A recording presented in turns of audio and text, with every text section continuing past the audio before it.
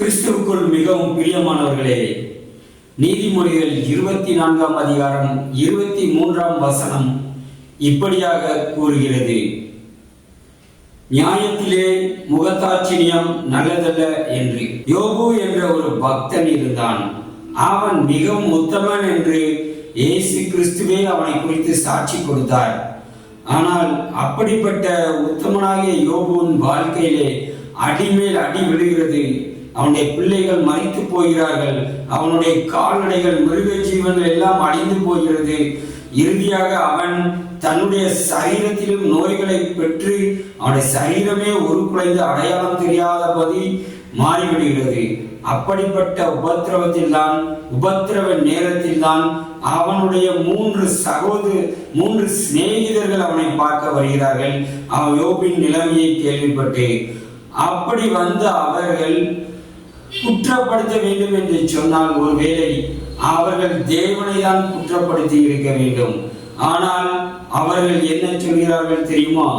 யோபுவுக்கு இவ்வளவு தூரம் தேவன் தீமையை செய்வார் என்று சொன்னால் யோபுவின் பக்கம் ஏதோ அக்கிரமம் இருக்கிறது, யோபு ஏதோ அக்கிரமங்கள்லாம் செய்திருக்கிறார் என்று நினைத்து அவர்களாகவே தேவனுக்காக பேசுகிறார்கள். தேவனை குற்றம் சாட்ட விரும்பாமல் யோபுவை, நிரபராதியாகிய உத்தமனாகிய யோபுவை குற்றம் சாட்டுகிறார்கள்.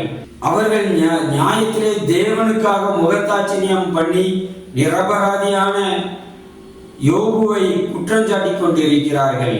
நீர் ஏதாவது பாவம் செய்திருப்பீர் என்று சொல்லி. அதைத்தான் யோபு அவர்களை பார்த்து இப்படியாக கேட்கிறார்.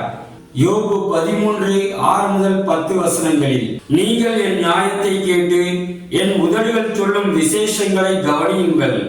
நீங்கள் தேவனுக்காக நியாயக்கேடாய் பேசி அவருக்காக வஞ்சகமாய் வசனிக்க வேண்டுமோ? அவருக்கு முகதாட்சிணியம் பண்ணுவீர்களோ? தேவனுக்காக வழக்காடுவீர்களோ? அவர் உங்களை ஆராய்ந்து பார்த்தால் அது உங்களுக்கு நலமாயிருக்குமோ? மனுஷனை பரியாசம் பண்ணுகிறது போல அவரை பரியாசம் பண்ணுவீர்களோ? நீங்கள் அந்தரங்கமாய் முகதாட்சிணியம் பண்ணினால் அவர் உங்களை எவ்விதத்திலும் கண்டிப்பார் என்று கூறுகிறார். யோபு, ஆம்பிரியமானவர்களே, யோபு கூறியது போல தேவனாகிய கர்த்தர் முகதாட்சிணியம் பண்ண யோபின் சிநேகிதர்களை கண்டித்தாரா என்று நாம் பார்த்தோம் என்று சொன்னால், ஆம், கண்டித்தார் என்று நாம் வேதத்திலே பார்க்கிறோம். என்ன ஒரு ஆச்சரியம் பாருங்கள்! இந்த யோபுதான் தேவனுக்கு விரோதமாய் பேசுகிறான். தேவன் என் நியாயத்தை தள்ளிவிட்டார் என்று சொல்லி அவன் தேவனுக்கு விரோதமாய் பேசுகிறான். இந்த யோபின் 3 சிநேகிதர்கள் தேவன் பட்சமாய் அவர்கள் பேசுகிறார்கள்.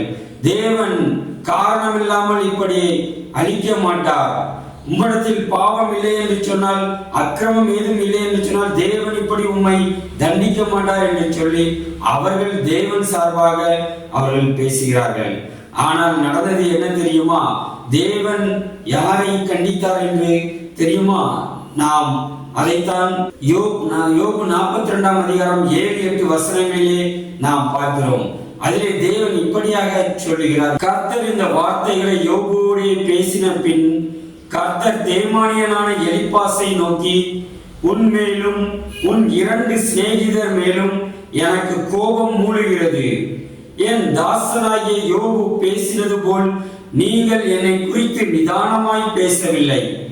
ஆதலால் நீங்கள் 7 காளைகளையும் 7 ஆட்டு கடாக்களையும் தெரிந்து கொண்டு என் தாசனாகிய யோபினிடத்தில் போய் உங்களுக்காக சர்வாங்க தகன பலிகளை இடுங்கள். என் தாசனாகிய யோபும் உங்களுக்காக வேண்டுதல் செய்வான். நான் அவன் முகத்தை பார்த்து உங்களை உங்கள் புத்தியினதுக்கு தக்கதாக நடத்தாதிருப்பேன். என் தாசனாகிய யோபு பேசினது போல் நீங்கள் என்னை குறித்து நிதானமாய் பேசவில்லை என்றார். தேவன் பட்சபாதம் உள்ளவர் அல்ல. ஆகவேதான் யோபின் சிநேகிதர் தனக்காக பேசின பொழுதும் அது நியாயமில்லை, அவர்கள் முகதாட்சிணியம் பண்ணுகிறார்கள் என்று சொல்லி தேவன் யோபின் நண்பர்களை கடிந்து கொண்டார். யோபையோ அவர் பாராட்டி பேசுகிறார். நீங்கள் என் தாசனாகிய யோபு பேசினது போல நீங்கள் நிதானமாக பேசவில்லை என்று சொல்லி அவர்களை கடிந்து கொள்கிறார். எத்தனை ஆச்சரியம் பிரியமானவர்களே! தேவனுக்காக முகத்தாட்சியம் பண்ணினார்கள். நியாயத்திலே முகத்தாட்சியம் பண்ணுவது நல்லதல்ல. யோபு தவறு செய்தாரா இல்லையா என்று அவர்கள் பார்க்கவே இல்லை, ஆராய்ந்து பார்க்கவே இல்லை, விசாரித்து பார்க்கவே இல்லை. ஏனெனில் அவர்கள் விசாரித்து பார்த்திருந்தால் யோபின் மேல் ஒரு குற்றமும் இல்லை என்று சொல்லி அவர்கள் கண்டுபிடித்திருப்பார்கள். ஆம், தேவாதி தேவனே யோபுவை பார்த்து சொல்கிறார், அவன் உத்தமன், அவனை போல பூமியில் ஒருவரும் இல்லை என்று அவர் சொல்லுகிறார். அப்படியானால் இருதயத்தின் அந்தரங்கங்களை கூட அறிந்திருக்கிற தேவனே அவனை பார்த்து அப்படி சொல்லக்கூடும் என்று சொன்னால் இந்த யோபு எவ்வளவு தூரம் நீதியோடும் உத்தமத்தோடும் அவன் வாழ்ந்திருப்பார். ஆகவேதான் தேவன் யோபுவை பாராட்டி விட்டு அவனுடைய முகத்தாட்சியம் செய்த தேவனுக்காகவே முகத்தாட்சியம் செய்திருந்தாலும் கூட யோபின் நண்பர்களை தேவன் கடிந்து கொள்வதை நாம் பார்க்கிறோம். அதே சமயம் இன்னொரு விஷயத்தை கூட நாம் கவனிக்க வேண்டும். யோபினுடைய மனைவி யோபு உபத்திரப்படுவதை பார்த்து, நீ இன்னும் உடைய உத்தமத்தில் உறுதியாய் இருக்கிறீரோ, தேவனை தூஷித்து ஜீவனை விடும் என்று சொன்னால், அப்படி தேவனுக்கு விரோதமாய் பேசிய அந்த யோபின் மனைவியை குறித்து கூட தேவன் ஒரு வார்த்தையும் சொன்னதாக வேதத்தில் எழுதப்படவே இல்லை.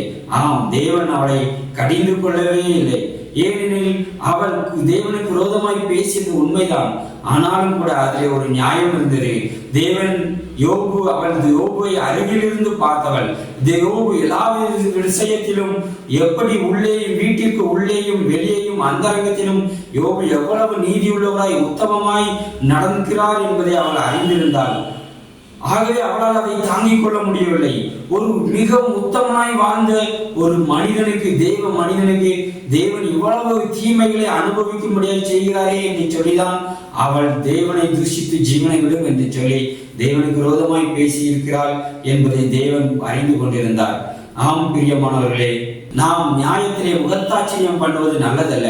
இன்னும் அநேக வசனங்களிலே தேவன் சொல்லுகிறார், நியாயத்திலே சிறியவன் என்றும் பெரியவன் என்றும் என் பாராதே, பெரியவனுடைய நீ வழக்கையும் நீ கேட்க வேண்டும் என்று சொல்லி அவர் இஸ்ரவேல் ஜனங்களுக்கு சொல்வதை நாம் வேதத்திலே பார்க்க முடியும். ஆம், தேவன் முகத்தாட்சியத்தை விரும்புகிறவர் அல்ல. நியாயம் என்று வரும்பொழுது எல்லாரையும் தன்னையும் கூட சமமாகவே தேவன் பாவிக்கிறதை நாம் இதன் மூலம் அறிந்து கொள்ள முடிகிறது.